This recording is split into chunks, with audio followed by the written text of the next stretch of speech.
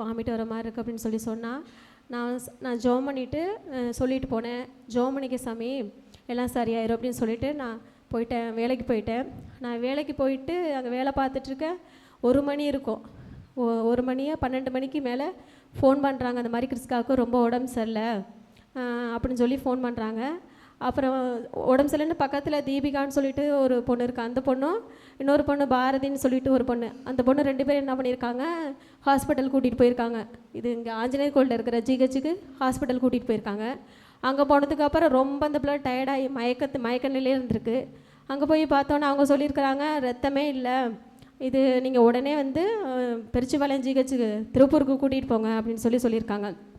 இவங்க 2 பேரும் சேர்ந்து என்ன பண்ணிட்டாங்க, உடனே ஆம்புலன்ஸுக்கு ஃபோன் பண்ணி ஆம்புலன்ஸ் வர சொல்லி பாப்பாவை அழைச்சிக்கிட்டு நேராக அங்கே போயிட்டாங்க, திருப்பூர் ஜிஹெச் போயிட்டாங்க. எனக்கு எதுவுமே தெரியாது. நான் வேலை பார்த்துட்ருக்கேன், நம்ம தான் ஜெபம் பண்ணிட்டோம்ல அப்படின்னு சொல்லிட்டு நான் வந்து கேஷுவலாக வேலை பார்த்துட்ருக்கேன். ஃபோன் பண்ணி சொல்கிறாங்க, அந்த மாதிரி இது ஆம்புலன்ஸில் கொண்டு போயிட்டாங்கன்னு சொன்னோன்னே எனக்கு ஒரு பக்கம் கஷ்டமாக இருந்துச்சு. ஆம்புலன்ஸில் கொண்டு போகிற அளவுக்கு அந்த பிள்ளைக்கு என்ன ஆகிடுச்சு அப்படின்னு சொல்லிட்டு நான் ஜெபம் பண்ணிக்கிட்டே இருந்தேன். ஏசப்பா நீங்கள் கூட இருக்கிறீங்க ஏசப்பா அப்படின்னு சொல்லிட்டு நான் ஜெபம் பண்ணிக்கிட்டே இருந்தேன். ஜெபம் பண்ணியிருக்கையில் அப்புறம் அப்பா ஃபோன் பண்ணாங்க.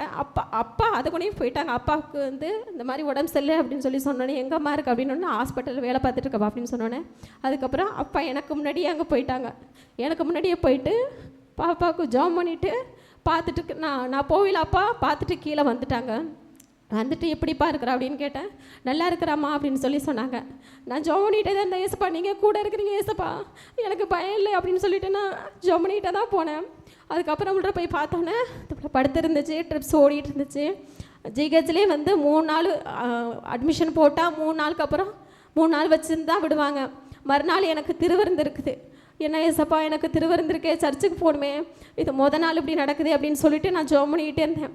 என்ன பண்ணுறேன்னு தெரியல ஏசப்பா, ரொம்ப இது தடையாக இருக்குதே, நான் இது திருவிருந்து எடுக்கணுமே, எனக்கு நீங்கள் உதவி செய்யுங்க ஏசப்பா அப்படின்னு சொல்லிட்டு நான் ஜெபம் பண்ணிக்கிட்டே இருந்தேன்.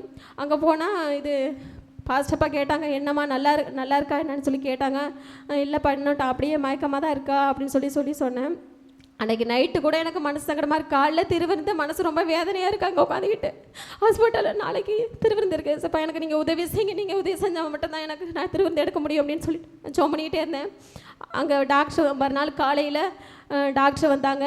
எங்கள் வீட்டுக்காரர் சொல்கிறாரு, என்னப்பா நீ அவர் வீட்டுக்கு போயிட்டாரு, நான் மட்டும்தான் பாப்பா கூட இருக்கேன், காலையில் ப்ரேயருக்கேன்னு சொல்லி நானும் பாப்பா பேசிக்கிறேன், என்னடா பண்ணுறது, நாளைக்கு சர்ச்சுக்கு வேறு போக முடியாது அப்படின்னு சொல்லி நான் கரெக்டாக பேசிகிட்டு இருக்கல. நம்ம அப்பாட்ட கேளு சாமி அப்படின்னு சொல்லி நான் சொல்லிகிட்ருக்கேன். பாப்பா கூட அப்பா சொல்கிறா, அப்பா எனக்கு சரியாயிடுச்சு, நான் வீட்டுக்கு போகலாம்ப்பா நம்ம அப்படின்னு சொல்லையில் உடனே இவர் என்னட்ட கேட்குறாரு, ஏன் நாளைக்கு உனக்கு சர்ச்சுக்கு போகணுமா, அதனால் நீங்கள் 2 பேரும் பேசிகிட்டு இருக்கீங்களான்னு சொல்லி கேட்குறாரு. இல்லை அப்படியெல்லாம் கிடையாது, அவன் நல்லா இருக்குன்னு சொன்னான், அதனால தான் நான் போகலான்னு சொல்லி சொன்னேன் அப்படின்னு சொல்லிட்டு இருந்தேன். ஆனாலும் என் மனசுக்குள்ளே கொஞ்சம் வேதனையாகவே இருந்துச்சு. அவர்கிட்ட காமிச்சிக்கலை. அவர் வீட்டுக்கு வந்துட்டார். நான் மட்டும் தான் பாப்பா கூட இருந்தேன். விடிய காலம் 3 மணிக்கு பாப்பா எழுந்திரிச்சு சங்கீதம் 91 சொல்லி ஜோம் பண்ண, நைட் டைம்லேயே நாள் சாயந்தரமே சொல்லிட்டேன், நீ சங்கீதம் 91 சொல்லி ஜோம்னு சாமி, ஆண்டவர் பரிபூரண சுகத்தை கொடுப்பாரு அப்படின்னு சொல்லி நான் சொன்னேன். பாப்பா அதே மாதிரி எழுந்திரிச்சு சங்கீதம் 91 சொல்லி அவள் ஜோம் பண்ணா. விடிய காலம் 3 மணிக்கு எழுந்திரிச்சு ஜோம் பண்ணா. ஆண்டவர் பரிபூர்ண சுகத்தை கொடுத்தாரு. அன்னைக்கு வந்து 3 நாள் வச்சு அனுப்புகிற இடத்துல மறுநாள் காலைல டாக்டர் வந்து கேட்குறாரு, என்னம்மா இது எப்படி இருக்குது பாப்பா அப்படின்னு சொல்லியில், பாப்பா நல்லா இருக்கிறாங்க சார் அப்படின்னு சொல்லியில் அவங்களே சொன்னாங்க, சரி ஓகே நல்லா இருந்தால் நீங்கள் கூட்டிகிட்டு போங்க அப்படின்னு சொல்கிற அளவுக்கு ஆண்டவர் வந்து உதவி செஞ்சு திருவிருந்து எடுக்கவும் உதவி செஞ்சார். அதற்காக ஆண்டவருக்கு நன்றி சொல்கிறேன். பாப்பாவுக்கு ஆண்டவர் சுகத்தை கொடுத்ததற்காக நன்றி சொல்ல. ஆண்டவர் இவ்வளோ உதவி செய்கிறாரு. ஆனால் நாம் தான் நன்றி கெட்டத்தனமாக இருக்கிறோம். அதற்காக ஏசப்பா ஒரு விஷயங்களை நீங்கள் தயவாக மன்னிக்கணும் ஏசப்பா. ஒவ்வொரு நாளும் ஆண்டவரை நம்ம அதிகாலையில் தேட அது வாஞ்சிக்கணும். ஆண்டவர் தான் அதற்கு உதவி செய்யணும். அதற்கு தடைகளெல்லாம் ஆண்டவர் தான் நீக்கி போடணும்.